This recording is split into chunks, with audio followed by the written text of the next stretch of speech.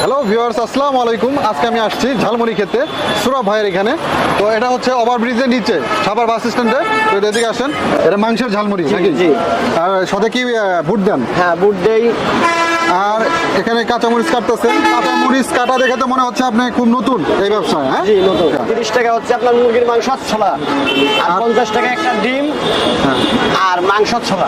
শুধু ঘূর্ণিতে যদি নেয় তাহলে কত টাকা প্রাইস? বুনিয়া ছোলাটা নিলে পরে 10 টাকা বেশি, 15 টাকা বেশি।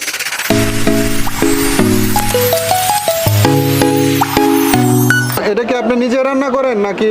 এটা আমার মা রান্না করে দেয়। এটার যে কোয়ান্টিটিটা আর এটার যে মানটা,